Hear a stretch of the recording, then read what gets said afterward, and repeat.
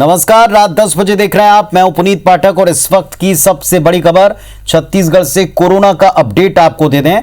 छत्तीसगढ़ में लगातार कोरोना विस्फोटक स्थिति की तरफ आंकड़े दिखा रहा है। छत्तीसगढ़ में बीते 24 घंटे के आंकड़े आए हैं। 4174 नए मरीज मिले हैं 24 घंटे में और पिछले 24 घंटे में 43 मरीजों की मृत्यु हुई। छत्तीसगढ़ में आज 945 मरीज डिस्चार्ज किए गए। रायपुर में फिर सबसे ज्यादा 1405 यानी 1405 नए मरीज मिले पॉजिटिव और इसके साथ एक्टिव मरीजों की संख्या बढ़कर 31,858 तक हो गई है। दुर्ग में 964 केस मिले हैं 24 घंटे के दौरान। राजनांदगांव में 241 और अभी तक 3,57,978 संक्रमित कुल मिलाकर हुए हैं प्रदेश में। 4,247 मरीजों की जान गई कोरोना के चलते। अभी तक 3,21,873 मरीज स्वस्थ हुए हैं, कोरोना से जंग जीते हैं।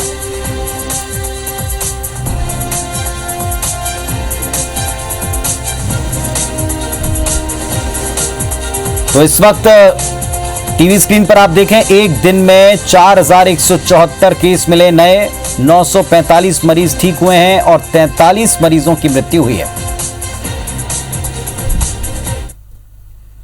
हमारे सहयोगी स्टार जैन इस वक्त अपडेट के लिए हमारे साथ जुड़ रहे हैं। स्टार, फिर से आंकड़ा वही बढ़ा हुआ और मौत का आंकड़ा खासतौर पर बढ़ता हुआ नजर आया।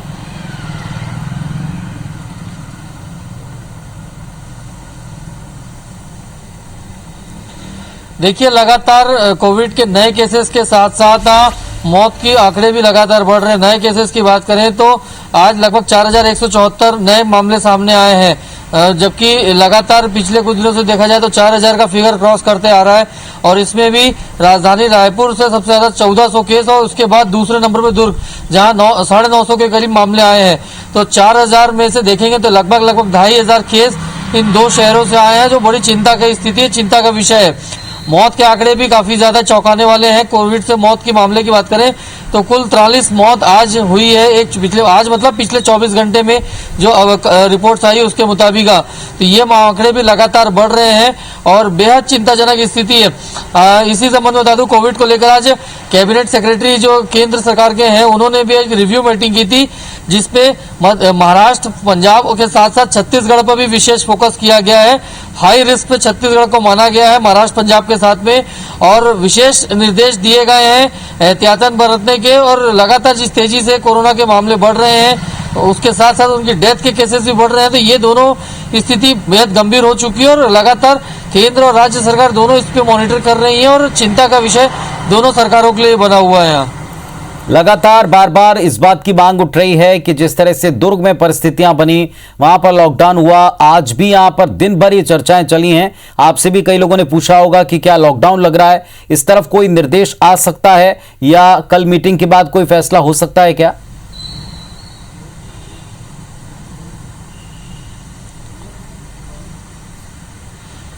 देखिए, दुर्ग की तो स्थिति स्पष्ट हो गई कि दुर्ग में 6 तारीख से लेकर 14 अप्रैल तक लॉकडाउन रहेगा, टोटल लॉकडाउन रहेगा इसमें, और सिर्फ अति आवश्यक सेवाएं हैं उनको छूट दी गई है। पिछले बार से ज्यादा कड़ाई इसमें की जा रही है। जैसे फल, सब्जी या अनाज की दुकानों को अलाउ किया गया था, लेकिन इस बार उनको भी बंद रखा गया है और साथ ही साथ पेट्रोल पंप पे भी सिर्फ आवश्यक सेवाओं वाले वाहनों को पेट्रोल दिया जाएगा। जहां तक रायपुर की बात करें तो फिलहाल आज भी एक हाई लेवल की रिव्यू मीटिंग हुई थी, जिसमें फिलहाल लॉकडाउन का निर्णय नहीं हुआ, लेकिन ये बात तय हुई कि जहां भी 5 से ज्यादा मरीज मिलते जिस भी एरिया में, उस एरिया को कंटेनमेंट जोन बना दिया जाएगा। जो केंद्र कैबिनेट स्तर की जो मीटिंग हुई थी, जिसमें उन्होंने सजेशन भी दिया है कि ज्यादा से ज्यादा कंटेनमेंट जोन और माइक्रो कंटेनमेंट जोन बनाए जाए ताकि लॉकडाउन जैसी स्थिति को दूर किया जा सके। फिलहाल रायपुर की जहां तक बात करें तो लॉकडाउन को लेकर अभी कोई निर्णय नहीं हुआ है, लेकिन ये स्थिति साफ है कि माइक्रो कंटेनमेंट जोन और कंटेनमेंट जोन बनाने शुरू हो गए हैं और जहां भी सर्वाधिक केसेस या 5 से ज्यादा केसेस निकल रहे हैं उन एरिया को सील किया जा रहा है। लॉकडाउन को लेकर ऐसा माना जा रहा है कि कल या परसों में कुछ निर्णय हो सकता है। हालांकि जिस प्रकार से सरकार ने पहले अपनी मंशा साफ करी कि पूरी पावर कलेक्टर्स को दे दिया गया है, तो लगातार रिव्यू इसको लेकर किया जा रहा है। व्यापारिक वर्ग भी काफी चिंतित है क्योंकि केसेस लगातार बढ़ रहे हैं और लॉकडाउन कोई चाहता नहीं और डॉक्टर्स भी कह रहे हैं कि लॉकडाउन स्थायी समाधान नहीं है, लेकिन कहीं ना कहीं मामले को कंट्रोल करने के लिए ये कदम उठाए जाने की आवश्यकता महसूस की जा रही है, ऐसा बहुत से अलग अलग वर्ग के लोगों का कहना है। यहाँ चलिए, तो 24 घंटे में 43 मौत और ये आंकड़ा वाकई सबको चिंता में डाल रहा है। शुक्रिया स्टार आपका फिलहाल इस पूरे अपडेट के लिए। तो एक बार फिर से 4000 से ऊपर मरीज मिले हैं छत्तीसगढ़ में और 43 मरीजों की 24 घंटे के दरमियान मृत्यु हुई है। उधर मध्य प्रदेश की बात करें, 2777 कोरोना के नए मरीज में 3,834 लोग कुल मिलाकर प्रदेश में अब तक संक्रमित हुए हैं। 24 घंटे में 16 मरीजों की मृत्यु हुई और मध्य प्रदेश में इसके साथ मृत्यु का आंकड़ा 4014 पर पहुंच गया। प्रदेश में 1428 मरीज आज डिस्चार्ज किए गए। मध्य प्रदेश में अभी तक इसके बाद 2,77,484 मरीज स्वस्थ हुए हैं। एक्टिव मरीजों की संख्या शुक्रवार को 19,336 तक पहुंच गई। आज भी सबसे बड़ा आंकड़ा इंदौर से मिला। 682 नए मरीज इंदौर से मिले हैं, जबकि भोपाल से 528 नए पॉजिटिव केस सामने आए हैं।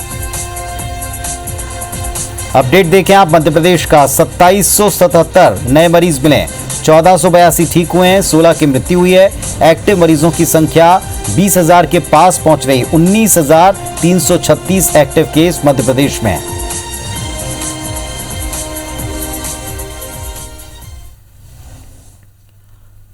और इसी से जुड़ा एक बड़ा अपडेट भी आपको दे दें। केंद्रीय कैबिनेट सचिव ने कोविड स्थिति की समीक्षा के लिए 11 राज्यों और केंद्र शासित प्रदेश में कोविड की स्थिति गंभीर चिंता का विषय बताई। और इन राज्यों में महाराष्ट्र, पंजाब, छत्तीसगढ़ में स्थिति खास तौर पर चिंताजनक बताई है। शुक्रवार को एक हाई लेवल समीक्षा हुई है। केंद्र सरकार की ओर से समीक्षा की गई। देश के उन 11 राज्यों और केंद्र शासित प्रदेशों में फोकस किया गया जहां कोरोना की रफ्तार बेहद तेज दिखी है। इस बैठक में केंद्रीय कैबिनेट सचिव राजीव गौबा ने राज्यों और केंद्र शासित प्रदेशों के मुख्य सचिवों, पुलिस महानिदेशक और स्वास्थ्य सचिवों के साथ मौजूदा स्थिति की समीक्षा की है। पिछले 15 दिन की स्थिति पर इसमें बात हुई है। कैबिनेट सचिव राजीव गौबा ने ये जानकारी दी कि मार्च 2021 में कोविड की ग्रोथ रेट 6.8 हो गई है, जो जून 2020 में 5.5 के रिकॉर्ड को पार कर चुकी है। कोविड से होने वाली मौत के मामले में 5.5% की ग्रोथ दर्ज की गई, जो चिंता की स्थिति है। देश में सितंबर 2020 में महामारी पीक पर, टॉप पर, चरम पर थी। तब 97,000 नए कोविड के मामले एक दिन में मिले थे, लेकिन बीते 15 दिन में ये आंकड़ा एक बार फिर 81,000 के करीब पहुंचा है।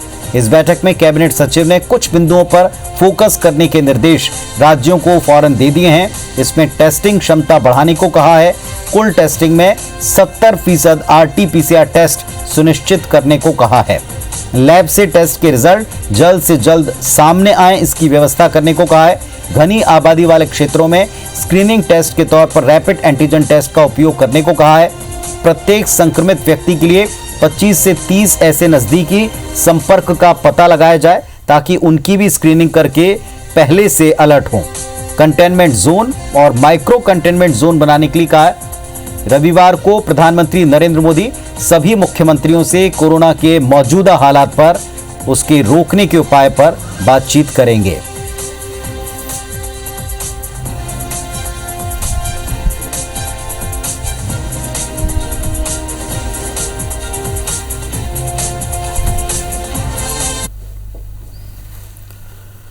कोरोना की दूसरी लहर की चपेट में प्रतिदिन हजारों लोग आ रहे हैं और कई जिंदगियों के जंग हार भी रहे हैं। कोरोना के इस खतरनाक स्वरूप को अक्सर हम हेल्थ डिपार्टमेंट के आंकड़ों के जरिए देखते हैं, लेकिन अगर कोरोना का असल रूप कहीं दिखता है और देख लिया जाता है तो रूह कांप जाती है।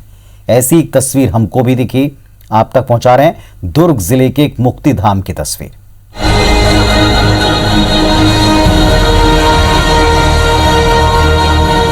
1, 2, 3, 4, 5, 6, 7 बस लाशें गिनते जाइए। एक फ्रेम, एक एंगल से ली गई इस तस्वीर में इतनी ही लाशें, इतनी ही चिताएं नजर आ सकती हैं, लेकिन अगर ये कैमरा पूरे मरघट में घूमता है तो तस्वीर कुछ ऐसी दिखती है कि किसी का भी कलेजा कांप जाए। कहीं कफन में लिपटी लाश जमीन पर रखी है तो कहीं अर्थी पर अंतिम रस्म अदायगी हो रही है। ये तस्वीरें दुर्ग जिले से आई हैं। जहां मुक्तिधाम के भीतर और बाहर कोरोना से जिंदगी की जंग हार चुके लोगों के शवों की कतार लग गई। पीपी किट पहने लोग इन्हें अंतिम विदाई देकर अग्नि संस्कार पूरा कर रहे हैं। इन तस्वीरों से साफ है, कोरोना से मरने वालों के लिए लाशों को दफनाने और जलाने के लिए अब जगह कम पड़ने लगी है, लेकिन प्रशासन का दावा है सब कुछ कंट्रोल में है। और पिछले 2 दिनों से मृत्यु की संख्या में बढ़ोतरी हुई थी, उसकी वजह से एक ही जगह पे बहुत सारे केसेस आए थे। अभी ये प्रयास है कि इसमें 2-3 जगह पे डिवाइड कर लिया जाए और कोविड के जो बॉडीज है उसका एक प्रोटोकॉल है, उसको हम लोग पृथक से एक सेंटर बनाएंगे, वहां पे ही ये व्यवस्था। दुर्ग जिले में हर रोज 1000 से ज्यादा कोरोना संक्रमित मिल रहे हैं। जाहिर है मौत के आंकड़े यहाँ कम नहीं, लेकिन कोरोना की इस भयावह तस्वीर से घबराएं नहीं। खुद का और अपनों का बचाव करें, ख्याल रखें, घर पर रहें, सुरक्षित रहें। बहुत जरूरी हो और निकलना पड़े तो मुंह पर मास्क और सोशल डिस्टेंसिंग का पूरी तरह पालन करें। मनेंद्र पटेल, IBC 24, भिलाई।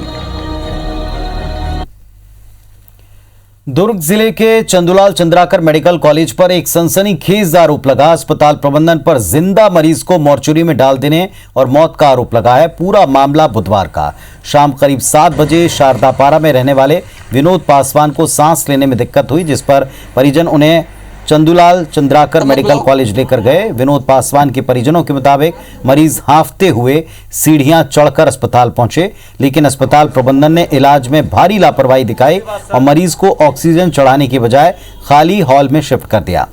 परिजन जब मरीज का हाल पूछने तो इलाज शुरू होने की बात कही गई। परिजनों ने के द्वारा बताया गया कि उसी हालात में मॉर्चुरी में उनको डाल दिया गया। मरीज की दम घुटने से मौत हो गई। बुधवार रात और गुरुवार को अस्पताल प्रबंधन इलाज करने की बात ही कहता रहा। देर रात को परिजनों को उनके मौत की सूचना दी गई, जिसके बाद परिजन भड़क गए। उन्होंने कोविड सेंटर में हंगामा कर दिया, साथ ही कलेक्टर से इसकी शिकायत की। कलेक्टर के मुताबिक मरीज के मौत की टाइमिंग को लेकर गफलत थी, जिसे दूर कर दिया गया। उन्होंने अस्पताल प्रबंधन की लापरवाही से इनकार किया है।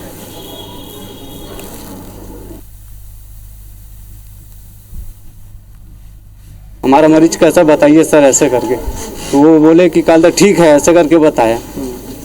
तो ठीक है तो दिखा, हमको एक बार तसल्ली करा दीजिए, हम देख लेंगे। पूरा ऐसा लगा कि उसको दम घुट गया, उसको दम घुट के उसको मारा गया है। इसके जिम्मेदार है अस्पताल वाले हैं सर, पूरा स्टाफ जिम्मेदार है। CMO जो है उनको ये जवाबदारी देना चाहिए और पूरी रिपोर्ट लेके कार्रवाई करनी चाहिए, ताकि ऐसा कोई परिवार के साथ ना हो। और साथ में 200 जो मरीज वहाँ भर्ती हैं उनका भी इलाज ढंग से हो सके। निश्चित रूप से रिपोर्ट जारी किया है। विभिन्न परिवार वालों से भी उसके पश्चात बात हो चुकी है, उनकी भी संतुष्टि हो चुकी है। मुझे प्राथमिक रिपोर्ट दिया गया है, इसमें पूर्ण रूप से इस खबर को गलत बताया गया है। व्यक्ति की मौत और रिपोर्टिंग टाइम में कुछ टेक्निकल एरर होने की वजह से ये हुआ है। इसमें ऐसे किसी भी प्रकार की लापरवाही नहीं है। रायपुर में बढ़ते संक्रमण को देखकर जिला प्रशासन एक बार फिर शहर में नए कोविड केयर सेंटर खोल रहा है। जिला प्रशासन ने 5 सरकारी संस्थाओं के भवनों को अधिग्रहित कर लिया है और वहां पर कोविड केयर सेंटर खोलने के आदेश दिए हैं। आदेश के मुताबिक नया रायपुर स्थित आयुष विश्वविद्यालय भवन और सेक्टर 4 स्थित state institute of hotel management, working women hostel VIP road Hundhar, Prayas बालिका छात्रावास गुड़ियारी और प्रयास बालक छात्रावास सड्डू के भवन अधिग्रहित कर लिए गए। इन्हें कोविड केयर सेंटर बनाया जाएगा। सोमवार तक इन 5 जगहों पर कोविड केयर सेंटर खोले जाएंगे। इन्हें मिलाकर शहर में कोविड केयर सेंटर की संख्या अब 10 हो जाएगी। रायपुर के लालपुर आयुर्वेदिक कॉलेज, इसके अलावा तिल्दा और धरसीमा में भी कोविड केयर सेंटर संचालित हो रहे हैं।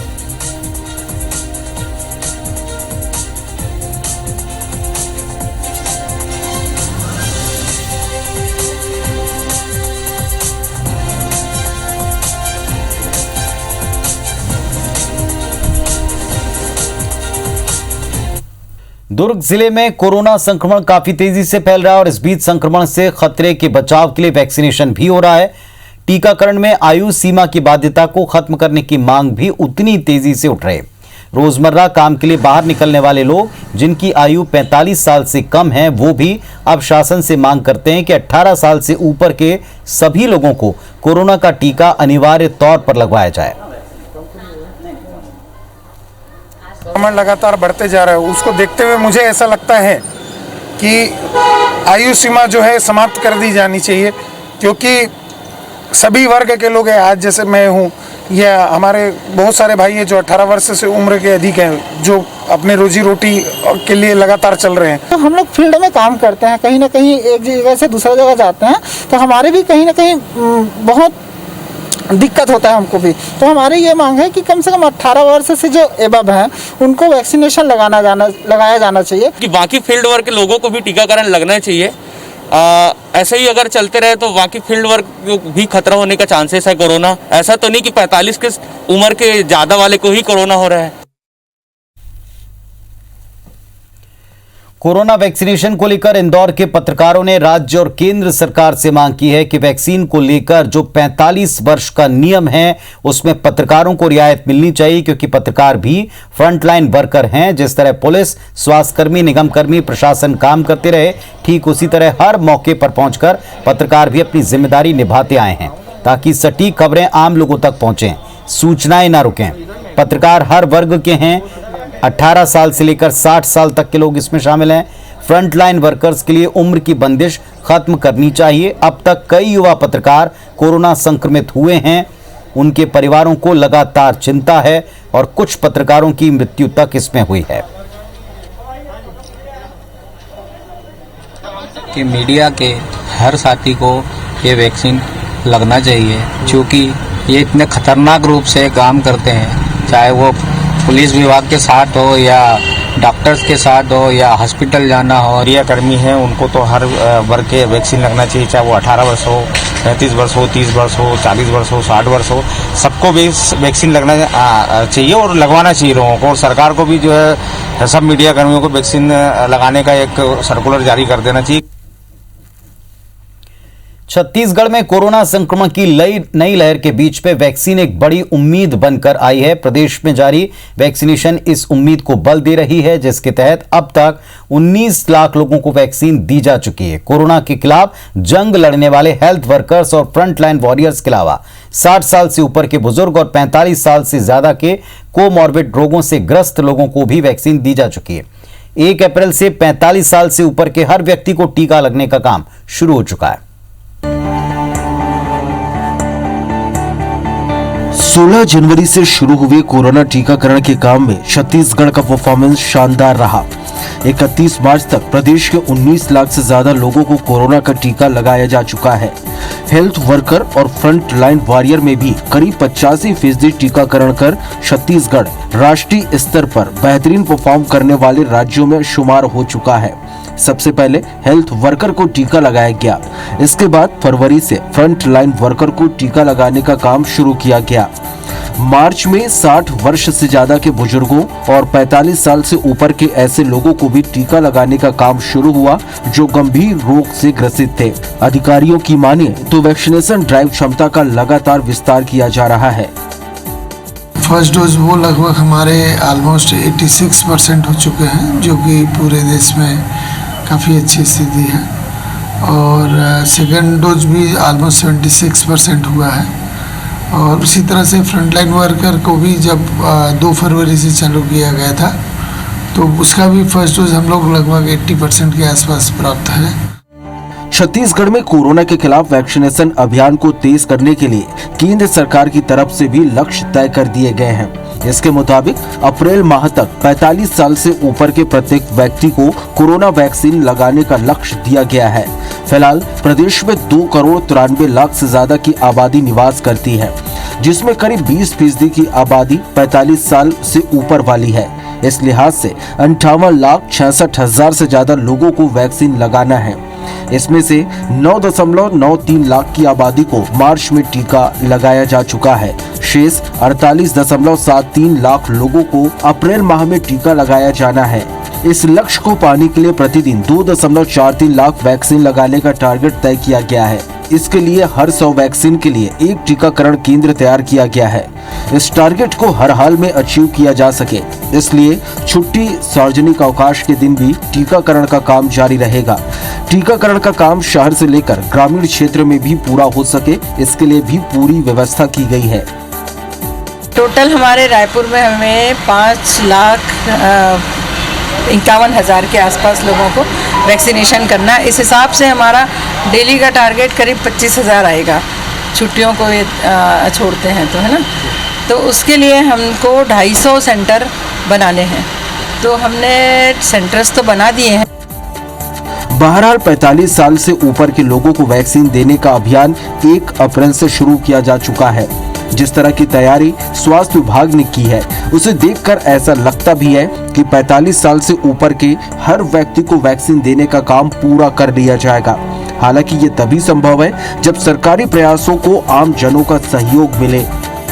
Bureau report, IBC 24। तो इस बुलेटिन में फिलहाल इतना ही। आप हमारी खबरों को IBC 24 की वेबसाइट पर देख सकते हैं। लेटेस्ट अपडेट के लिए फेसबुक और ट्विटर पर आप हमें फॉलो कीजिए। IBC 24 आपसे बार बार अपील करता है कि कोरोना गाइडलाइन का पूरी तरह पालन करें, सार्वजनिक जगहों पर मास्क अवश्य पहनें, खुद भी सुरक्षित रहें, दूसरों को भी जागरूक करें। नमस्कार।